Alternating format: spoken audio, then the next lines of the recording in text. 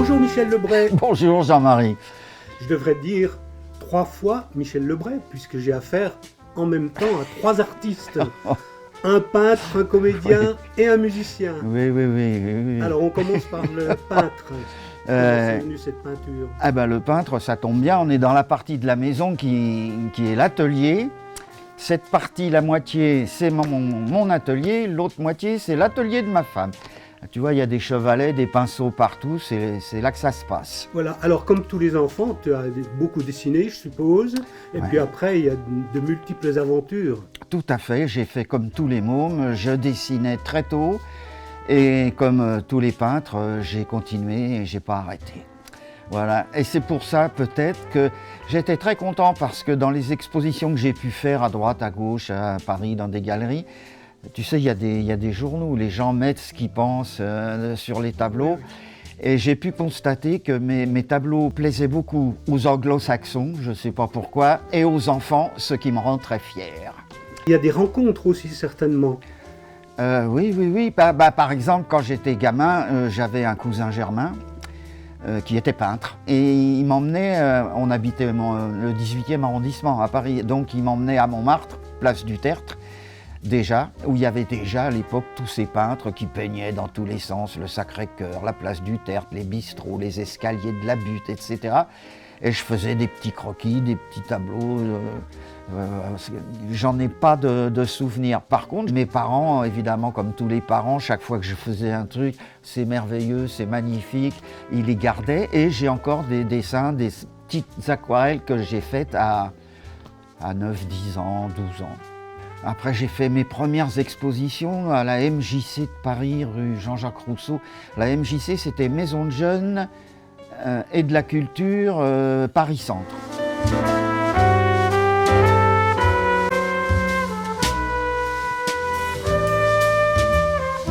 Comme il y a beaucoup de personnages dans le même, il y a aussi plusieurs styles dans ta peinture. Ouais, oui, mais ça évolue, dis donc, entre 8, 9, 10 ans et 82 maintenant. Si j'étais resté à faire les mêmes, ça serait grave, quoi. Mais ceux-là sont très différents. Il y a du réalisme et il y a du surréalisme. C'est vrai. En même temps, pour les gens, il suffit qu'un personnage dans un tableau porte un chapeau et tout de suite on dit « Ah, c'est du Magritte ». Il faut se méfier. C'est vrai que j'adore Magritte et qui m'a certainement influencé. Il t'a copié peut-être un peu. Il m'a copié toute sa vie, cet homme est malhonnête.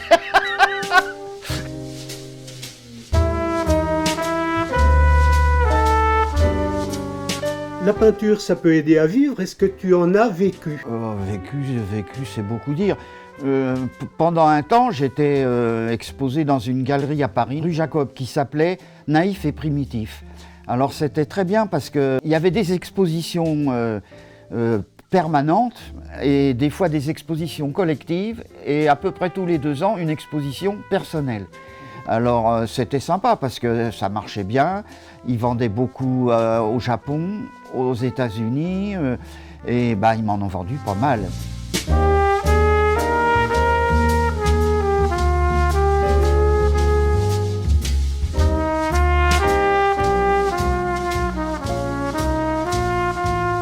En ce moment, tu fais des expositions de temps en temps? Oui, alors j'ai exposé à une galerie à Paris qui s'appelle Le Bon Petit Diable. J'ai exposé à Nolay, à Châteauneuf-en-Ossois, à l'Auberge du Marronnier. Il y a des aquarelles à l'entrée, des tableaux de ma femme. J'exposais ici à l'Office du Tourisme avant, à Arnel-Duc aussi, à la Tour ou à l'Office du Tourisme. Mais depuis quelque temps, tout ça avec le Covid, c'est pas facile. Maintenant, on va parler de ta deuxième passion, la comédie. Ah oui, alors allons-y. On a des pages et des pages. La chasse présidentielle, les fourberies de Scapin.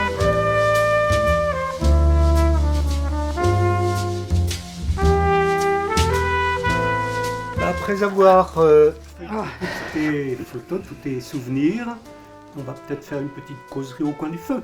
On n'a pas feuilleté tout parce qu'il y en aurait de quoi remplir une bibliothèque. Alors la comédie, ça a été quand même ton métier principal, ta vie. Oui, c'est ça, oui. Oui. C'est ça qui est formidable, c'est de pouvoir, pendant des dizaines d'années, gagner sa vie en faisant un truc qui vous passionne. Et où il n'y a pas de routine, où on rencontre sans arrêt des tas de gens qui ont la même passion que toi. Alors ça, c'est formidable. D'autant que ça a entraîné aussi mon épouse, le théâtre, à faire des costumes. Elle est devenue costumière de théâtre, elle en a même fait pour l'opéra, à Paris et tout. Je veux dire sérieux, pas bricoler un bout de truc. Non, c'était... Et puis, la peinture. J'ai fait des décors de théâtre, dessiné des costumes que ma femme réalisait. Et la musique, dont on parlera peut-être tout à l'heure, j'ai écrit des musiquettes, soyons modestes, pour certains spectacles, une douzaine au moins. Et dans certains spectacles, je jouais, j'avais fait le décor et j'avais écrit la musique. Comment on ne peut pas être heureux avec des trucs pareils?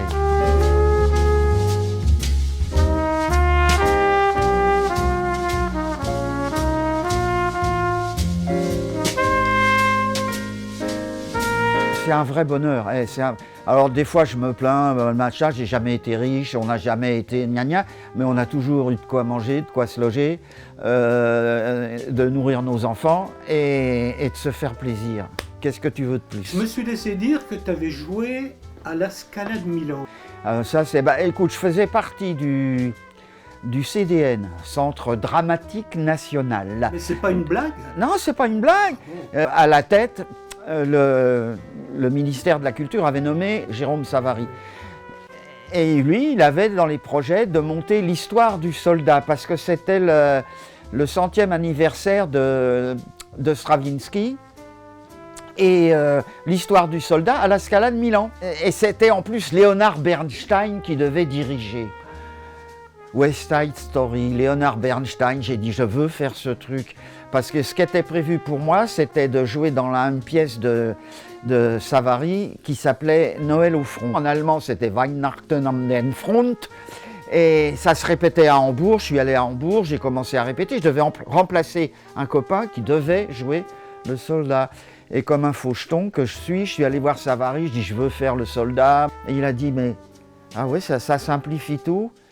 Oui, c'est vrai, c'est toi qui le fais. Et j'ai donc joué le soldat à la Scala de Milan. Et le bonheur était en plus un peu supplémentaire parce qu'il y avait une douzaine de jeunes qui jouaient avec nous, et dont mon fils. Et voilà, alors avec mon fils, nous avons passé quelque temps à la Scala de Milan à répéter et nous avons joué l'histoire du soldat. Dans l'histoire du soldat, le soldat, il arrive avec un violon. Et ça se dit dans le texte, le récitant dit « il sort un petit violon ». Le soldat dit « on voit que c'est du bon marché, il faut toujours l'accorder ». Et alors j'avais demandé au chef, je peux faire ding-ding quand je dis il faut toujours l'accorder. Il m'a dit surtout pas. Des cordes à vide, éventuellement, tu vois 2, 3, ding-dang-dong, pas plus. Mais je l'ai fait et donc j'ai joué du violon à la Scala de Milan, messieurs, dames. Voilà. Et t'en as d'autres comme ça encore? Des anecdotes? Ouais. Ah bah alors là, t'en veux combien? Non, on pourrait pas. T'as le Gérard qui râlerait, là, il dirait c'est trop long. Donc tu as fait ton métier jusqu'à l'âge de la retraite? Oh non, bien après. À l'âge de la retraite, j'avais donc, je sais plus, 65 ans. J'ai continué jusqu'à 82. Ah ouais. Ah bah oui, il faut des vieux au théâtre.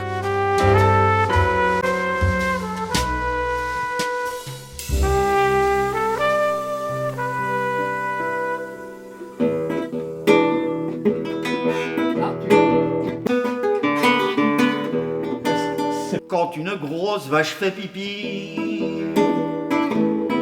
pipi dans le chalusigny, ça suit le courant, il faut bien dire, dans la direction du lac. Si tu t'y baignes, bois pas la tonne, car ça vaut pas un bon blanc casse. C'est pas avec ça que tu as fait ta carrière de musicien? Non. En plus, je l'ai pas chanté depuis des siècles, tu vois, je sais même plus la. Alors, ça a commencé comment la musique? La musique, bah, comme c'est un peu la même chose que la peinture. En fait, quand je dis on commence à dessiner quand on est petit puis on n'arrête pas, bah, j'ai commencé comme tous les mômes avec une flûte à bec, un petit harmonica, et puis j'ai continué. Puis après, mon père un jour m'a rapporté une guitare, j'ai pris des cours. J'ai commencé par la guitare classique, j'ai fait du flamenco, et puis après c'était l'époque yéyé. Alors évidemment j'ai fait de la guitare électrique yéyé, j'ai accompagné un chanteur pour qui ça n'a pas été la gloire. Et puis voilà, de fil en aiguille, après je me suis mis à la guitare, à jouer de la musique baroque, j'adorais ça. Quand j'ai eu 20 ans, pouf, guerre d'Algérie. Alors heureusement j'avais emporté ma guitare. Je chantais des chansons devant les généraux, là, le carteron de généraux félons, comme les appelait De Gaulle. J'avais chanté Le Déserteur de Boris Vian, Giroflé, Girofla, Le Soldat mécontent, etc. Ça a pas vraiment plu. Ça n'a pas plu aux généraux, mais ça a plu à mes copains. Et là-bas, il y avait effectivement des gars un peu plus vieux que moi qui sortaient du Conservatoire d'art dramatique de Paris. Et donc ça les amusait de me voir jouer plutôt pas mal de la musique classique. Et puis ils m'ont inclus dans des petits spectacles, etc. Ils m'ont foutu le virus.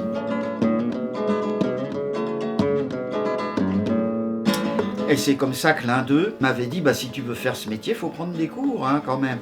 On ne viendra pas te chercher chez toi. Et donc il m'a présenté à un professeur qui était lui-même un gars du conservatoire. Il m'a engagé d'une part pour conduire une camionnette de décor à trouver sur les routes corses, c'était pas rien, parce que mon permis, je l'avais depuis je l'avais passé à l'armée. Et je jouais de la guitare à la place du comédien qui chante une chanson pour Rosine dans Le Barbier de Séville. Et il chantait, mais il ne savait pas jouer de la guitare. Et alors il faisait semblant, et moi j'étais en coulisses, et c'est moi qui faisais la guitare. Et puis j'ai commencé après, chez Jean-Louis Barrault, à tenir la hallebarde dans Hamlet.